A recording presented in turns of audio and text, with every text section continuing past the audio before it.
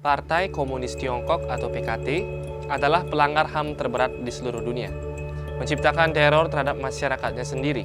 Hal tersebut dikerjakan dalam berbagai tingkat sosial dalam sistem komunis.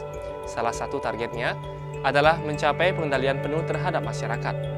Bentuk yang diambil salah satunya adalah social credit system.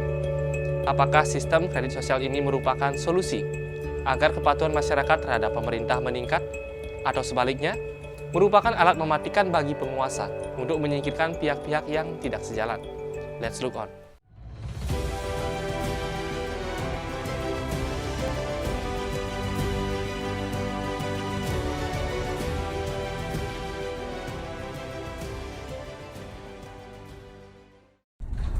Dear passengers, people who travel without tickets or behave disorderly or smoke in public areas will be punished according to regulations, and the behavior will be recorded in the individual credit information system. To avoid any negative record of personal credit, please follow the relevant regulations and help with the orders on the train and at the station. Halo Sobat Fakelooker, kembali lagi dengan saya Yogi.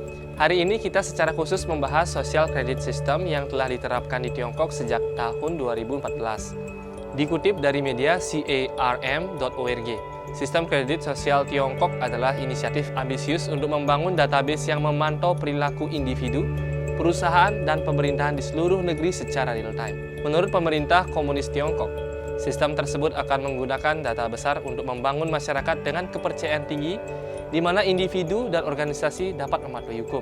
Skor numerik diberikan kepada individu dan perusahaan yang dapat berdampak besar terhadap kehidupan pribadi dan perusahaan. Bila taat terhadap hukum, mereka akan dihargai kredit sosial dan materi. Namun bila tidak taat, maka hidup Anda akan dipersulit. Dilansir dari China Copyright and Media, sistem kredit sosial ditargetkan diterapkan menyeluruh pada tahun 2020. Business Insider juga menyebutkan sejumlah kasus yang telah terjadi semenjak diterapkannya sistem kredit sosial di Tiongkok. Salah satunya, pada bulan Juli 2018, sebuah universitas Tiongkok menolak seorang siswa masuk tempatnya karena ayah siswa tersebut memiliki nilai kredit sosial yang buruk. Ada pula contoh lain. Human Rights Watch juga menyebutkan kasus seorang pengacara Tiongkok, Li Xiaolin, selama perjalanan kerja tahun 2016 di Tiongkok. Dia mencoba menggunakan kartu identitas nasionalnya untuk membeli tiket pesawat. Yang mengejutkan, sistem online menolaknya dengan mengatakan dia telah dimasukkan daftar hitam oleh Pengadilan Tinggi Tiongkok. Li memeriksa situs pengadilan, namanya ada di daftar orang yang tidak dapat dipercaya karena gagal menjalankan perintah pengadilan pada tahun 2015. Dalam sebuah artikel The Organic Paper, ditunjukkan bahwa melanggar kode sosial bisa berakibat dilarang terbang atau menggunakan kereta, mengakses internet, mendapatkan sekolah yang layak, mendapatkan pekerjaan, ataupun tinggal di hotel. Tiongkok juga memanfaatkan mentalitas masyarakat dengan mencap pelanggar sebagai warga negara yang buruk dan diumumkan ke publik.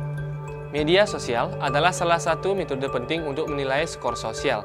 Data ini sangat berguna bagi pemerintah yang memantau dan menyimpan informasi yang diperoleh secara bebas dari pengguna yang memberikan detail paling pribadi dan paling intim dalam hidup mereka dan melakukannya tanpa biaya. Baik itu opini politik, foto diri Anda dan makanan Anda, atau percakapan pribadi. Data tersebut dikirim langsung ke perusahaan dan pemerintah masing-masing. Mereka kemudian memiliki akses ke data tersebut melalui berbagai cara, dan mereka memanfaatkan data tersebut dengan baik. Kebebasan dan privasi kita pada dasarnya digunakan sebagai syarat penukaran untuk apa yang disebut sebagai utopia.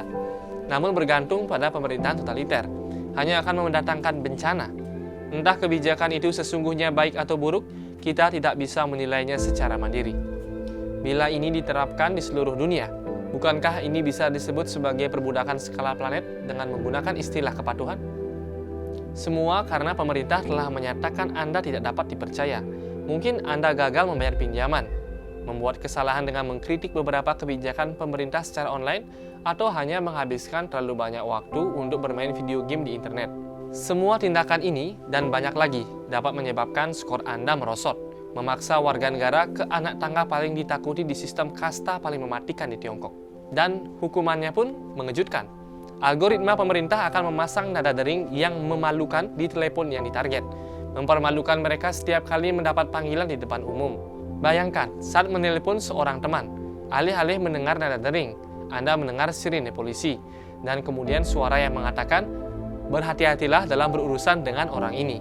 Namun, nada dering yang memalukan, larangan terbang, dan kereta yang lambat hanyalah awal dari mimpi buruk distopia, yang kini menjadi kehidupan sehari-hari di Tiongkok bagi puluhan juta orang. Wah, Sobat Fact Looker, ngeri juga ya kalau membayangkan dampak sistem kredit sosial ini terhadap kehidupan pribadi kita, dan tidak menutup kemungkinan bahwa bisa saja sistem ini dimanfaatkan oleh penguasa secara salah untuk membenarkan tindakan pemerintah menghukum orang-orang yang memiliki pandangan berseberangan dengannya, dengan dalih tidak patuh hukum. Di Tiongkok, banyak orang-orang tidak bersalah ditangkap dan ditindas hanya karena berseberangan ideologi dengan komunisme, seperti kaum Buddha Tibet, etnis Uighur, penganut Kristen rumahan, dan para praktisi Falun Gong atau Falun Dafa. Mereka ditarget oleh PKT untuk disingkirkan, dan pastinya sistem kredit sosial ini berperan dalam penerapan hukuman terhadap orang-orang yang dianggap salah oleh hukum komunis. Nah, sekian dulu ya Sobat Fact Looker tentang penjelasan kita tadi. Silahkan tulis komentar di bawah pendapat kalian tentang topik tadi ya. Jangan lupa like dan subscribe. Sampai jumpa di next video.